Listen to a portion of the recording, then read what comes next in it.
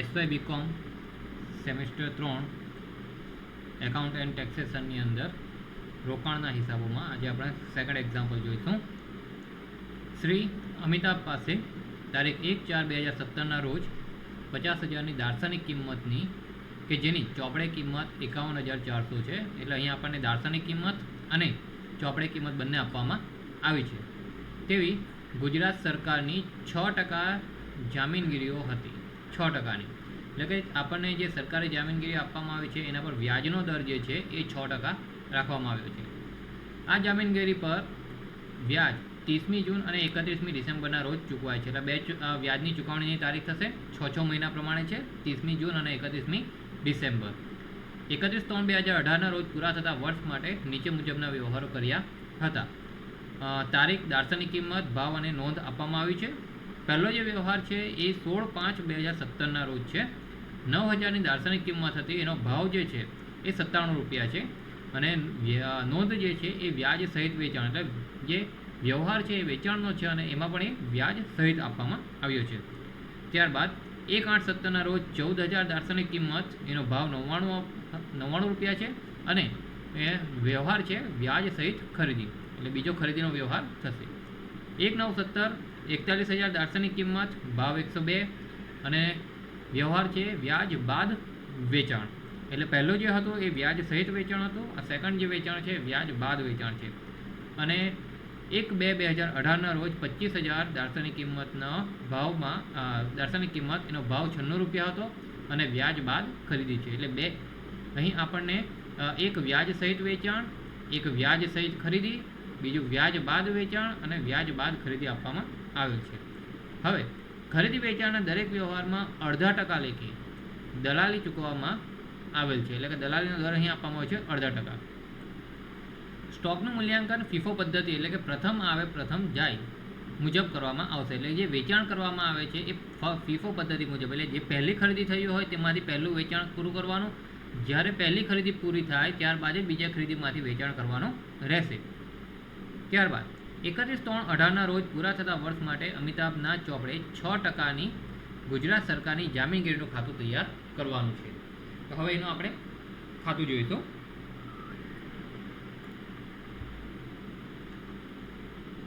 શ્રી અમિતાભનું અહીં 6%ની સરકારી જામીનગીરીનું ખાતું આપવામાં આવ્યું છે.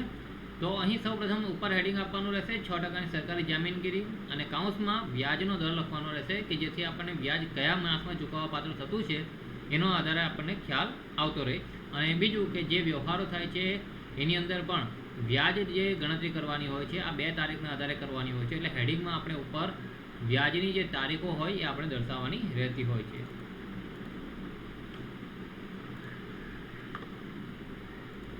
હવે સૌપ્રથમ જે છે એ 1/4/17ના રોજ, એટલે બાકી આગળ લાવ્યા. આપણું જે વર્ષ હતું એ 1/4/17થી સ્ટાર્ટ થાય છે. એટલે અહીં આપણે 1/4/17 લખ્યું છે, એમાં બાકી આગળ લાવ્યા અને બંને દાર્શનિક કિંમત અને પડતર કિંમત એ બંને આપણને રકમમાં આપવામાં આવે છે. દાર્શનિક કિંમત 50,000 અને પડતર આ મૂડી કિંમત જે છે એ આપણને 51,400 આપવામાં આવેલ છે. તો એ પહેલાં આપણે લખવાનું રહેશે. જેવી આપણે શરૂઆતની બાકી લખીએ છીએ, બાકી આગળ લાવ્યા ત્યારબાદ એક હવાલો નાખવાનો આવે છે ચઢેલ વ્યાજનો. તો હવે ચઢેલ વ્યાજનો હવાલો આવે કે નહીં આવે એના માટે આપણે એ જોવાનું હોય છે કે આપણું હિસાબી વર્ષ જે છે એ 1/4/17 સ્ટાર્ટ થાય છે અને જે વ્યાજ મળે છે એ 31મી ડિસેમ્બર, એટલે બંને તારીખો અલગ અલગ છે. બંને તારીખ અલગ હોય ત્યારે નોર્મલી આપણે ચઢેલ વ્યાજનો હવાલો આવશે, કેમ કે 31મી ડિસેમ્બરના રોજ 1/4 પહેલાં, એટલે કે એપ્રિલ પહેલાં ડિસેમ્બરમાં આપણને વ્યાજ મળ્યું હશે. તો ડિસેમ્બર પછી જાન્યુઆરી, ફેબ્રુઆરી અને માર્ચ એ 3 માસનું વ્યાજ મળ્યું નથી. તો એ 3 માસનું જે છે એ આપણે ચઢેલ વ્યાજનો હવાલો નાખવાનો રહેતો હોય છે. એટલે આપણે એ જોવાનું હોય છે કે છેલ્લે આપણે જે બાકી લખીએ છીએ એની અગાઉ આપણને વ્યાજ ક્યારે મળ્યું છે. તો એપ્રિલના અગાઉ ડિસેમ્બરમાં મળી ગયું હતું, એટલે જાન્યુઆરી, ફેબ્રુઆરી, માર્ચ 3 માસનું બાકી છે. તો એનો આપણે ચઢેલ વ્યાજનો હવાલો નાખશું. તો ચઢેલ વ્યાજના હવાલા માટે ખાતાની અંદર 1/4/17 જ આવશે. શરૂઆતમાં જ વિગતમાં લખાશે ચઢેલ વ્યાજ ખાતે. દાર્શનિક કિંમત અને પડતર, એટલે કે મૂડી કિંમત એ 0 આવશે, કારણ કે અહીં વ્યાજ જ આપણે ગણવાનું છે. માત્ર વ્યાજની કોલમમાં ગણતરી કરવાની આવશે. તો વ્યાજના માટે, ચઢેલ વ્યાજ માટે આ રીતના ગણતરી થશે. તો 1/4/17 ચઢેલ વ્યાજ 1/1/17 થી 1/4/17 સુધીનું, એટલે કે જાન્યુઆરી, ફેબ્રુઆરી, માર્ચ 3 માસનું વ્યાજ થશે. હવે જે વ્યાજ ગણવાનું હોય છે એ હંમેશા દાર્શનિક કિંમત ઉપર ગણવાનું હોય છે. તો જે શરૂઆતની આપણી બાકી હતી 50,000, તો એ 50,000 ઉપર જ ગણવાનું રહેશે. વ્યાજનો દર એ આપણી જામીનગીરીમાં દર્શાવ્યો જ હોય છે 6%, તો એ 6% લેવાના રહેશે, 6%, અને ગુણ્યા 3/12, કારણ કે 3 માસનું વ્યાજ ગણવાનું થતું હોય છે. એટલે 50,000ના 6% પ્રમાણે 3 માસનું વ્યાજ 750 રૂપિયા આવ્યું છે. તો એ જે 750 છે એ અહીંયા આપણે ચડેલ વ્યાજ ખાતે વ્યાજની કોલમમાં 750 દર્શાવવાના રહેશે. તો અહીંયા આપણે ચડેલ વ્યાજનો હવાલો આવી ગયો છે. જે રીતના શરૂઆતમાં ચડેલ વ્યાજનો હવાલો આવતો હોય છે એ જ પ્રમાણે અંતમાં પણ ચડેલ વ્યાજનો હવાલો આવશે. હવે આના પછી આપણે પહેલો જે આપણો વ્યવહાર હોય એ જોવાનો હોય છે. તો સૌપ્રથમ જે છે વ્યવહાર એ જે આપવામાં આવ્યો છે એ છે 16/5/17. આપણે વ્યાજની તારીખ છે 30 જૂન અને જે વ્યવહારની તારીખ છે 16/5, એટલે પહેલાં આપણો વ્યવહાર આવી જતો છે, ત્યારબાદ વ્યાજની તારીખ આવે છે. એટલે પહેલાં આપણે વ્યવહાર કરવો પડશે, ખરીદ વેચાણનો જે વ્યવહાર હોય તે.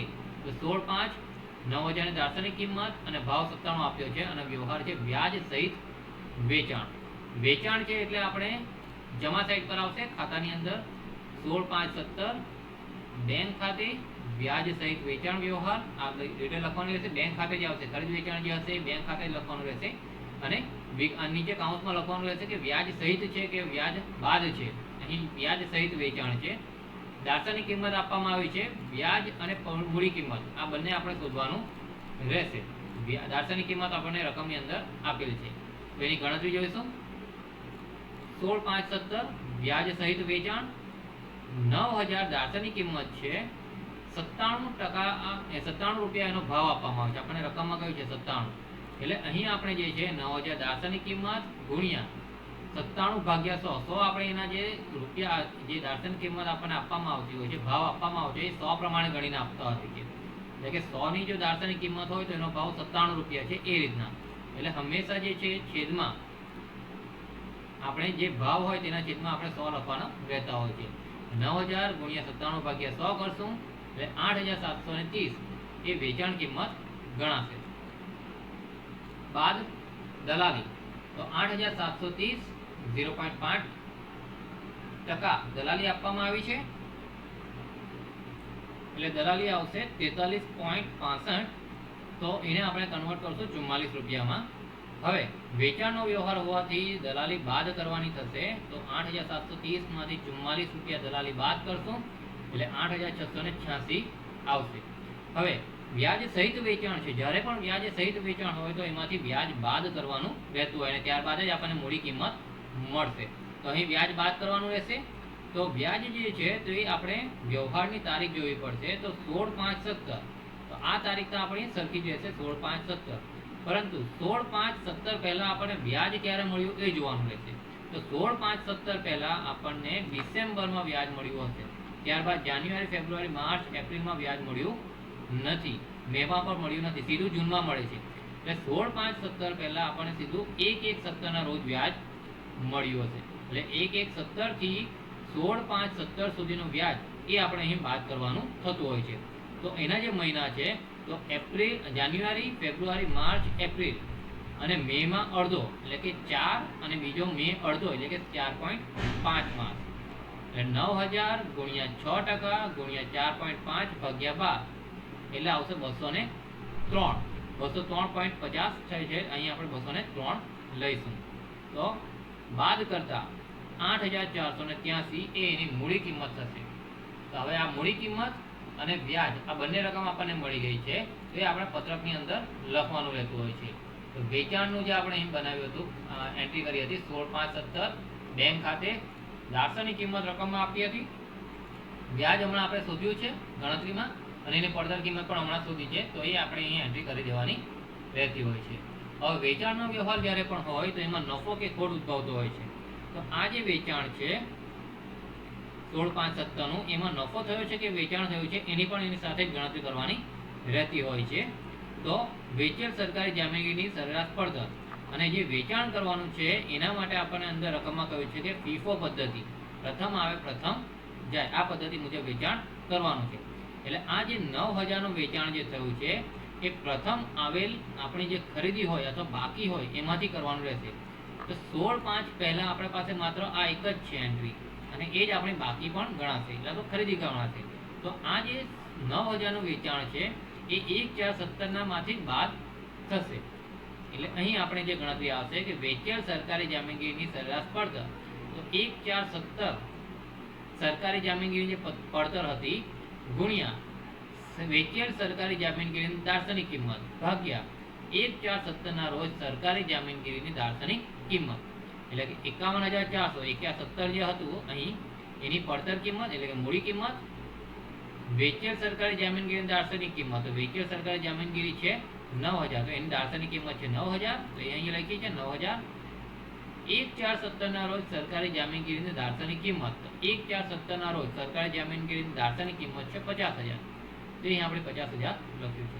એટલે 51400 મૂડી કિંમત ગુણ્યા વેચેલ જે હતું તેની દાર્શનિક કિંમત ભાગ્યા જે આપણે શરૂઆતની બાકી હતી તેની જે દાર્શનિક કિંમત તે 50000, એટલે આવશે 9252.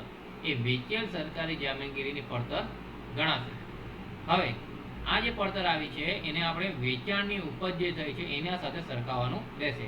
તો ચોખ્ખી વેચાણની ઉપજ કઈ રહેશે? તો અહીં આપણે ઉપરની જે મૂડી કિંમત હોય છે એ આપણી વેચાણની ઉપજ ગણાતી હોય છે, એટલે કે 8483 બાદ સરેરાશ પડતર પદ્ધતિ મુજબ પડતર 9252, એટલે નફો જે આવશે એ આવશે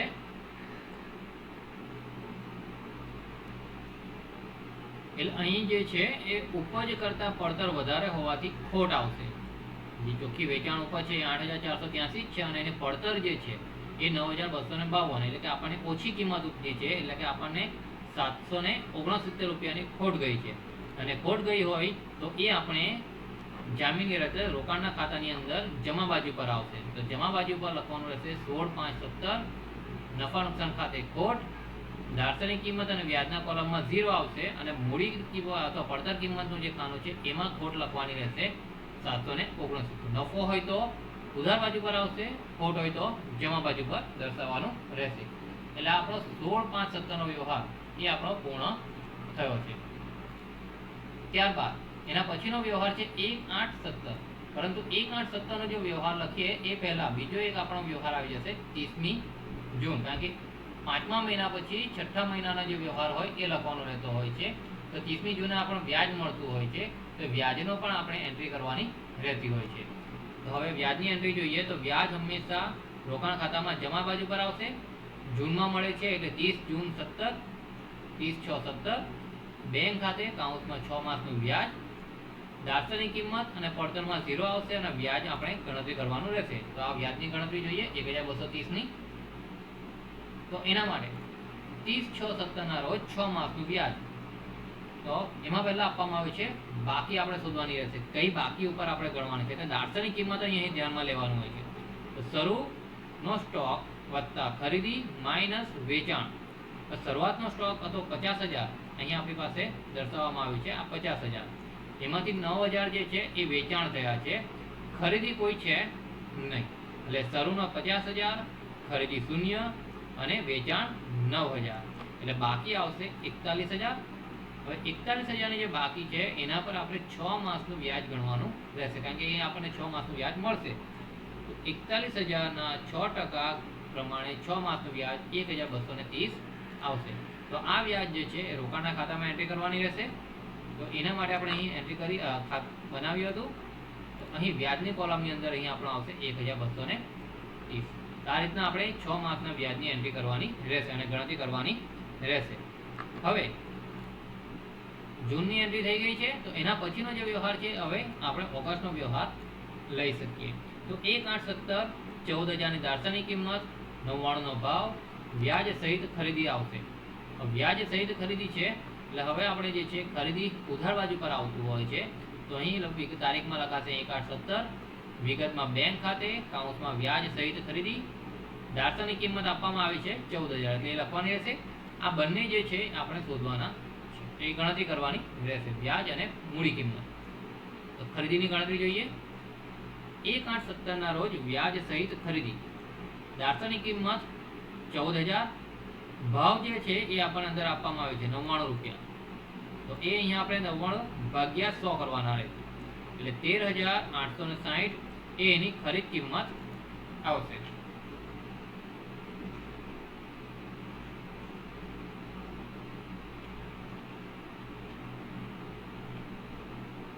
ખરીદ કિંમત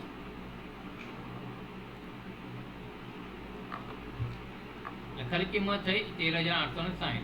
હવે ખરીદી હોવાથી દલાલી પ્લસ થશે, એટલે પ્લસ દલાલી. અને દલાલી જે છે એ ખરીદ કિંમત અથવા વેચાણ કિંમત જે હોય એના પર ગણાતી હોય છે. તો અહીં ખરીદ કિંમત છે 13,860.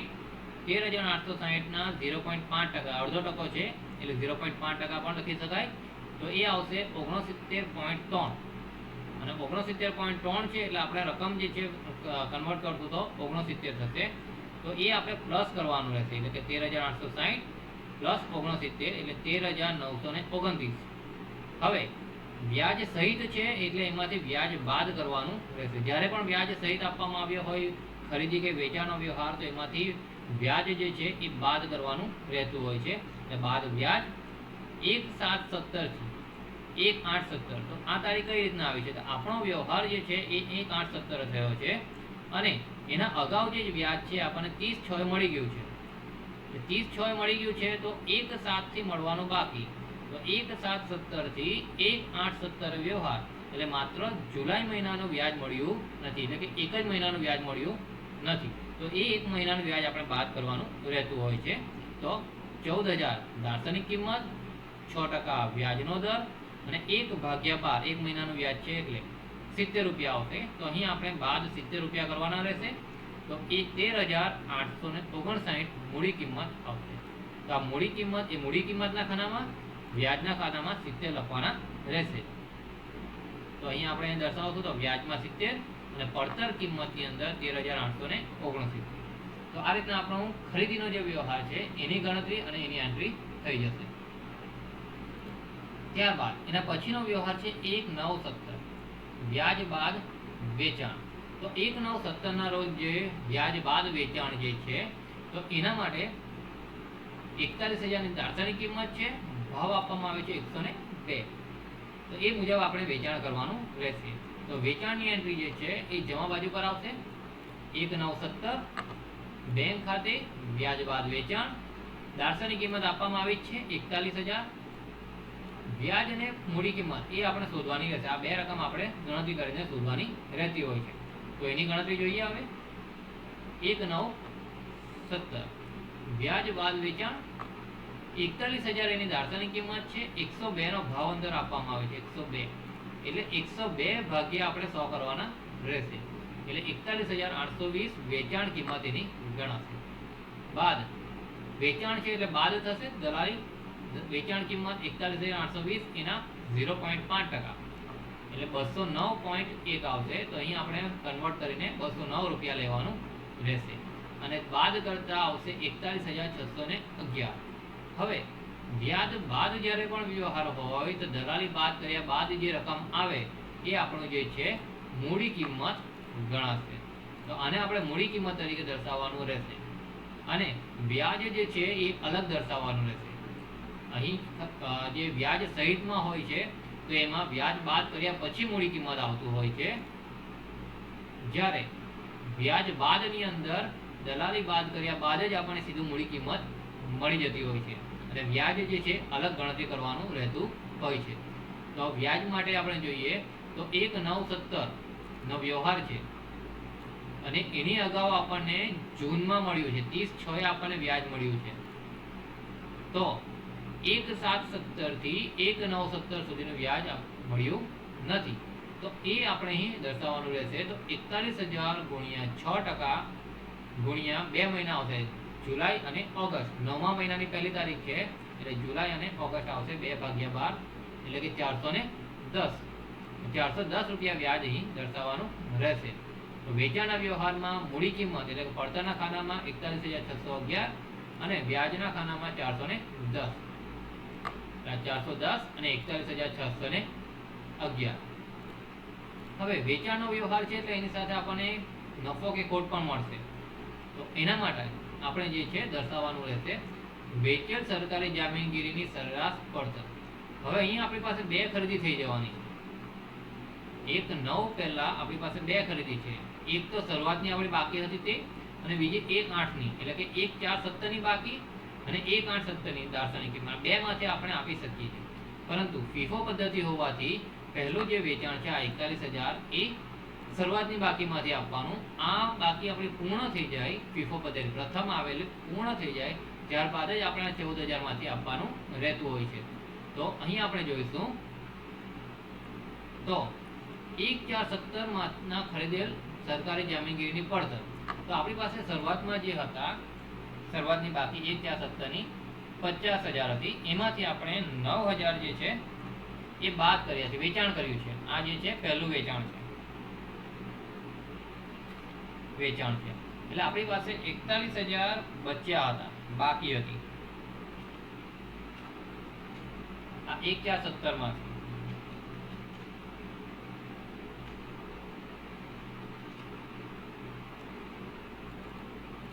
1/4/17માં 50,000 હતા, એમાંથી આપણે વેચાણ કર્યું છે 9,000, એટલે બાકી આપણી પાસે 41,000 હતા. અને આ જે આપણે વેચાણ કર્યું છે એ પણ 41,000 છે, એટલે આમાંથી આપણે શરૂઆતની બાકી જે હતી એમાંથી પૂરેપૂરા આપણે 41,000 આપી શકીએ. આ જે છે 1/9/17 માટે છે. તો 1/9/17નું જે છે આપણે 41,000 આમાંથી પૂરેપૂરા આપી શકીએ, તો આપણી પાસે 0 થઈ જશે. એટલે આ 50,000માંથી વેચાણ આપણું થઈ જવાનું છે, એટલે બીજી બાકીનો ઉપયોગ કરવાની જરૂર રહેતી નથી. તો 1/4/17માંથી 1/4/17ના ખરીદેલ સરકારી જામીનગીરીની જે પડતર હતી તે એટલે 51,400, અહીંયા આપણે ઉપર દર્શાવેલ હતું તે 51,400 ગુણ્યા વેચેલ સરકારી જામીનગીરીની દાર્શનિક કિંમત. તો વેચેલ સરકારી જામીનગીરી છે 41,000, અને દાર્શનિક કિંમત આપવામાં આવી છે 41,000, તો અહીં આપણે 41,000 દર્શાવવાના રહેશે. 1/4/17ના ખરીદેલ સરકારી જામીનગીરીની દાર્શનિક કિંમત, તો 1/4/17ના રોજ ખરીદેલ હતી એની આપણી જે દાર્શનિક કિંમત છે 50,000, તો ભાગ્યા 50,000 કરવાનું રહેશે. તો 51,400 ગુણ્યા 41,000 ભાગ્યા 50,000 કરશું તો આવશે 42,148.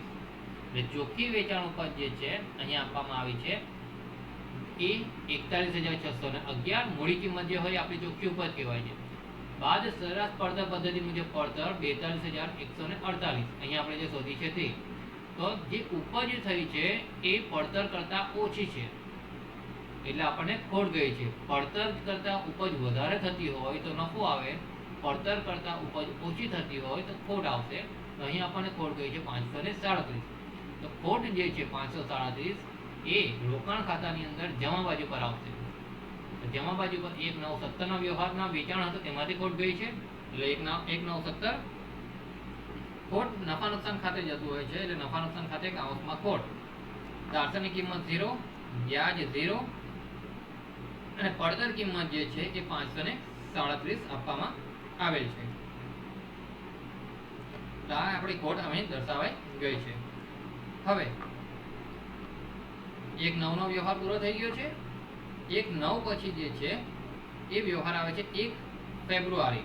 તો 1/9 પછી સીધો ફેબ્રુઆરી આવે છે. આપણે વ્યાજની તારીખ જોતા રહેવાનું હોય છે. તો 1/9 પછી વ્યાજ આપણને 31 ડિસેમ્બર મળ્યું હશે. ફેબ્રુઆરી પહેલા ડિસેમ્બર આવી જશે. તો હવે જે છે આ વ્યવહાર 1 ફેબ્રુઆરીનો વ્યવહાર લઈએ તે પહેલા આપણે ડિસેમ્બરમાં વ્યાજ જે મળ્યું હોય એનો વ્યવહાર કરવાનો રહેતો હોય છે. અને વ્યાજ જે મળેલ વ્યાજ જે છે એ આપણે રોકાણ ખાતાની અંદર જમા બાજુ પર આવશે. તો 31/12/17 બેંક ખાતે 6 માસનું વ્યાજ, દાર્શનિક કિંમત 0, પડતરમાં પણ 0. આ વ્યાજની ગણતરી કરવી પડશે. તો એની ગણતરી જોઈએ. વ્યાજની 31/12/17 6 માસનું વ્યાજ, તો એના માટે બાકી શોધવી પડશે. તો શરૂઆતનો સ્ટોક વત્તા ખરીદી માઇનસ વેચાણ. તો શરૂઆતમાં આપણા પાસે 50,000 હતા અને 31/12 પહેલા આપણે એક ખરીદી કરી છે 14,000ની, અને 31/12 પહેલા આપણે બે વેચાણ કર્યા છે 9,000 અને 41,000. એટલે 50,000 પ્લસ ખરીદી 14,000 માઇનસ વેચાણ 9,000 અને 41,000 કરશું તો બાકી આવશે 14,000. આ 14,000 પર આપણને 6 માસનું વ્યાજ મળશે. તો એ અહીંયા આપણે નીચે દર્શાવવાનું રહેશે. 14,000 ગુણ્યા 6% ગુણ્યા 6/12 એટલે 420 રૂપિયા વ્યાજ. તો 6 માસનું વ્યાજ અહીં આપણે દર્શાવવાનું રહેશે 420 રોકાણ ખાતાની અંદર. તો રોકાણ ખાતામાં અહીં આપણે વિગત લખી હતી, વ્યાજ કોલમ ખાલી રાખ્યું હતું, ત્યાં લખાશે 420. તો અહીં 6 માસનું વ્યાજની પણ એન્ટ્રી થઈ ગઈ છે. હવે એના પછી લાસ્ટ વ્યવહાર અહીંયા આવે છે 1/2/18 રોજ, જે છે વ્યાજ બાદ ખરીદી 25,000 છે અને ભાવ છે 96. તો ખરીદી દર્શાવવાની રહેશે. ખરીદી જે છે એ ઉધાર બાજુ પર આવશે. તો 1 ફેબ્રુઆરી 2012 બેંક ખાતે ખરીદી, વ્યાજ બાદ ખરીદી છે. દાર્શનિક કિંમત આપવામાં આવી છે 25,000. વ્યાજ અને પડતર મૂડી કિંમત બંને શોધવાની રહેશે. તો એની ગણતરી જોઈએ. 1 ફેબ્રુઆરી 2018 વ્યાજ બાદ ખરીદી, દાર્શનિક કિંમત 25,000 છે અને એનો ભાવ જે છે એ આપણને અંદર આપવામાં આવે છે 96 રૂપિયા. તો એ 96 રૂપિયા અહીં દર્શાવવાનો રહેશે. 96 ભાગ્યા 100 એટલે ખરીદ કિંમત જે છે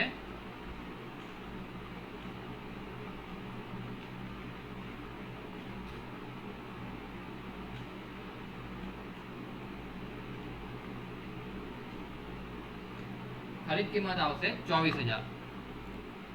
હવે ખરીદી છે એટલે એમાં દલાલી પ્લસ કરવાની રહેશે. વેચાણ હોય તો બાદ થાય, ખરીદી હોય તો પ્લસ થશે. પ્લસ દલાલી ખરીદ કિંમત ઉપર ગણાશે.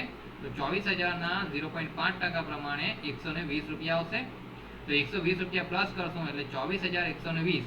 તો વ્યાજ બાદ વ્યવહાર છે. જ્યારે પણ વ્યાજ બાદ વ્યવહાર આવે એટલે દલાલી પછીની જે રકમ આવે એ આપણે મૂડી કિંમત ગણાશે. તો અહીંયા આપણે બ્લોક કરીને એને આપણે મૂડી કિંમત લખી દેવાનું રહેશે, જે આપણે પડતરના ખાનામાં લખતા હોય છે.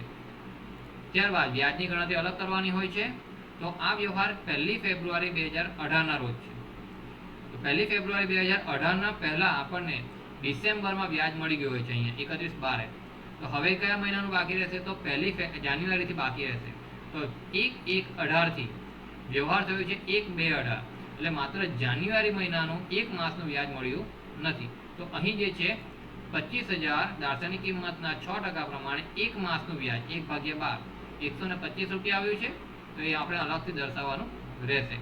તો રોકાણ ખાતામાં પડતર કિંમતના ખાનામાં 24,120 અને વ્યાજના ખાનામાં 125 દર્શાવવાના રહેશે. તો આ ખરીદીનો આપણો વ્યવહાર છે. દાર્શનિક કિંમત આપવામાં આવે છે, વ્યાજમાં 125 અને પડતરના ખાનામાં આપણે મૂડી કિંમત લખ્યું છે 24,120. તો અહીં આપણા જે છે આ પત્રક મુજબના વ્યવહારો પૂરા થયા છે.